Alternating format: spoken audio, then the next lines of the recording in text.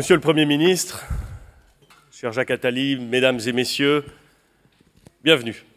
Bienvenue au Havre, bienvenue dans le premier port français, bienvenue dans une ville dont l'ADN, la raison d'être, le destin est d'être une porte ouverte de la France vers le monde.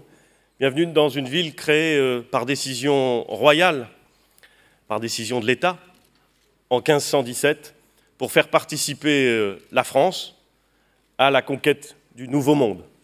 Bienvenue dans une ville rasée 3 fois et reconstruite 3 fois, dans une ville classée au patrimoine mondial de l'UNESCO, dans une ville industrielle et fière de sa dimension industrielle, portuaire et fière de sa dimension portuaire, dans une ville où les revendications s'expriment parfois vivement, mais dans une ville où on aime le travail bien fait, où on aime les échanges de marchandises, bien entendu, mais aussi les échanges d'idées.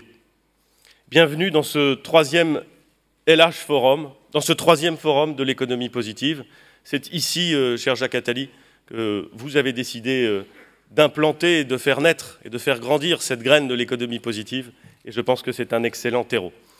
Merci à vous, Monsieur le Premier ministre, de nous accorder un peu de votre temps.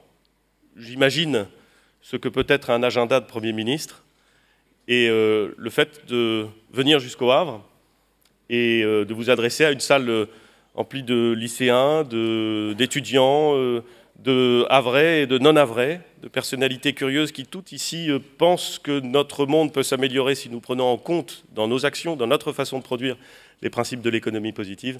Eh bien, c'est un geste auquel je suis particulièrement sensible et auquel, j'en suis sûr, chacun ici est sensible. Donc merci à vous. Mesdames et messieurs, nous allons pendant 3 jours penser, échanger, débattre, imaginer ce que peut être une économie positive, ce que peut être une société positive.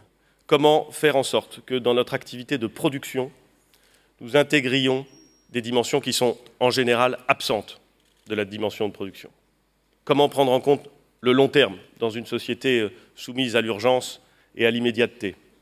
Comment prendre en compte l'impact environnemental et social, alors que, bien souvent, la course au profit ou l'égoïsme prévalent dans notre façon d'agir. Comment pouvons-nous, à la fois, sauver l'économie de marché et, d'une certaine façon, sauver la démocratie? Alors, évidemment, c'est un petit peu ambitieux comme programme. Et personne, je le crois, ne peut, sans hésiter ou sans trembler, affirmer qu'il aurait la solution à ces questions fondamentales et redoutables. Mais je suis convaincu, depuis que j'entends tous les acteurs de l'économie positive qui viennent s'exprimer au Havre, depuis que je les écoute expliquer ce qu'ils font parfois au Brésil, parfois en Inde, parfois en France, dans le domaine associatif, dans le domaine économique, dans le domaine syndical, dans le domaine politique, je suis convaincu en les écoutant que chacun d'entre nous a une part de cette solution et qu'au fond, notre ambition doit être infinie, démesurée. Nous avons la capacité, je le dis tranquillement, nous avons la capacité de changer le monde. Et si, en essayant de changer le monde, nous l'améliorons, et si, dans quelques années, nous nous disons collectivement que c'est au Havre que nous avons commencé, alors, Monsieur le Premier ministre, Mesdames et Messieurs, nous n'aurons pas failli. Bienvenue au Havre.